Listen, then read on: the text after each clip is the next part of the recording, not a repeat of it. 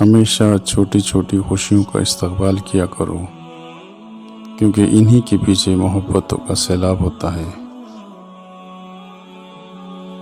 اپنے دل میں اتنی نفرتیں مت رکھو، کیونکہ جس دل میں نفرت ہوتی ہے اس دل میں اللہ نہیں بستا۔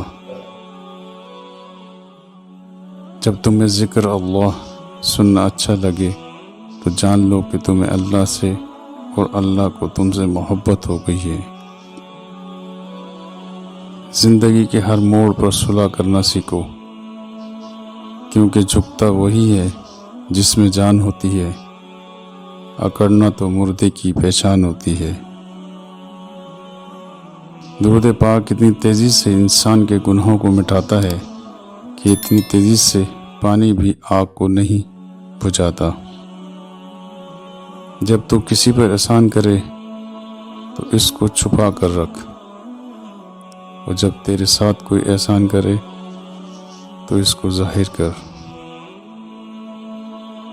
جو انسان یہ سمجھتا ہے کہ اللہ جو کرتا ہے وہ ہمارے لیے بہتر ہوتا ہے، وہ کمال کا ایمان رکھتا ہے۔ وہ راستہ پہلے ہی بنا دیتا ہے، لیکن عطا صرف بہترین وقت پر کرتا ہے۔ جس انسان کو غصہ زیادہ آتا ہے وہ انسان پیار بھی اتنا ہی زیادہ کرتا ہے اور اتنا ہی صاف دل رکھتا ہے۔ رشتے خون کے نہیں احساس کے ہوتے ہیں۔ اگر احساس ہو تو اجنبی بھی اپنے ہو جاتے ہیں، اگر احساس ہی نہ ہو تو اپنے بھی اجنبی ہو جاتے ہیں۔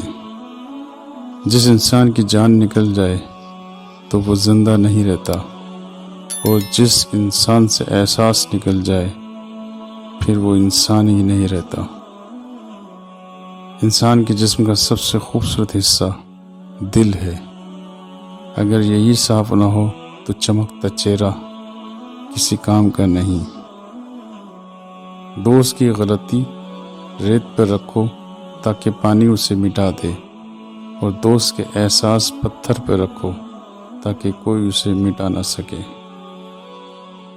صبر کرنے والوں کا مقدمہ اللہ تعالیٰ خود لڑتا ہے۔ تم بڑوں کی عزت کرو، چھوٹے تمہاری عزت کریں گے۔ علم مومن کا کھویا ہوا مال ہے، جہاں سے ملے لے لو۔ ذلت اٹھانے سے بہتر ہے کہ تکلیف اٹھا لو۔ صرف اللہ تعالیٰ ہی سے امیدیں اور آرزویں وابستہ رکھ۔ دنیا میں سب سے کم سچائی اور امانت ہے، اور سب سے زیادہ جھوٹ اور خیانت ہے۔ جو شخص اللہ کی مخالفت کرتا ہے اللہ تعالیٰ خود اس کا مقابلہ کرتا ہے۔ جو اپنی ضرورتیں بڑھا لیتا ہے اسے اکثر محرومی کا غم رہتا ہے۔ سب سے بہتر وہ لقمہ ہے جسے اپنی محنت سے حاصل کیا جائے۔ مصیبتوں کا مقابلہ صبر سے اور نعمتوں کی حفاظت شکر سے کرو۔